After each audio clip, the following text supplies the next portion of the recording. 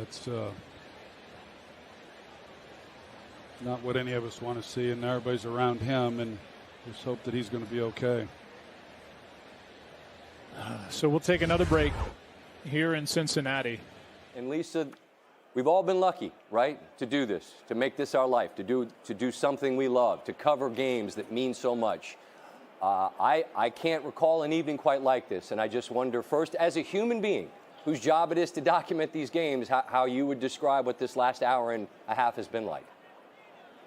It's hard because, like you guys have said, this is a human being, and all you can really think about is, you know, I hope that guy is okay. We've seen players go down with head injuries before, and as horrible as that may sound, we've grown accustomed to it. Seeing guys take hard hits, see them stay down for a little while, get back up, give the thumbs up, and that's all we were all hoping for, was that Damar Hamlin was going to get up and that he was going to get on in that ambulance. He was going to give us a thumbs up, and we were all going to know that he was okay. And when that didn't happen, I think this entire stadium was just devastated. I mean, right now, all I can really think about is that player, his teammates, just seeing the agony on their faces, the concern on their faces. They're scared for him right now, and they should be. We all should be. But to see them hugging each other, down on their knees, praying for him, his coach, the other team, their head coach, those players, just to see how much unity and just unified concern that they all had for this young man. It's been overwhelming. There's a pall over the stadium right now. Like you said, Scott, you come to work. We're expecting to see the game of the season, and what we got was so terrible, but that doesn't really matter. All that really matters is Damar Hamlin and his family, and we just can't say it enough that we hope that he's okay. Agreed, as you said, and I echoed the thoughts in the start.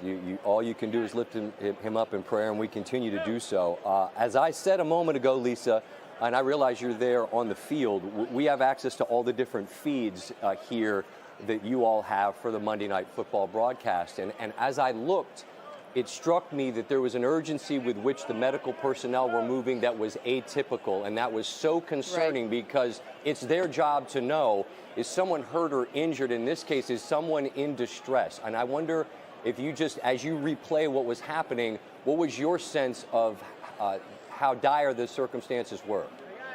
Yeah, it was when all of the players came out onto the field and took a knee. The entire Bills bench emptied and was out on the field, and the way that the players, all of the players, the Bills and the Bengals, the way they formed a human wall around Damar Hamlin, that let me know there that this was not just another injury, that there were things going on behind that human wall that we shouldn't be seeing. They were trying to respect that young man's privacy, and rightfully so. So that was when I realized immediately that this was not just another injury, that this was something very, very serious. I have an appreciation for the fact that there's so much going on here that initially there was a sense that maybe they'd take 5 minutes and get loose and play. And as I'm looking at this, I'm thinking there's no possible way that that's going to happen. And it seemed a side of football that is extremely ugly, a side of football that no one ever wants to see or never wants to admit exists. When you see both teams on the field crying in that way, your first thought is Damar Hamlin. The second thought is his family. And this isn't about a football player, right? This is about a human. This is about a brother. This is about a son. This is about a friend. This is about someone who is loved by so many that you have to watch go through this. I dealt with this before, and I watched my teammates for days come to my hospital bed and just cry. I had them call me and tell me that they didn't think I was going to make it, and now this team has to deal with that, and they have no answers.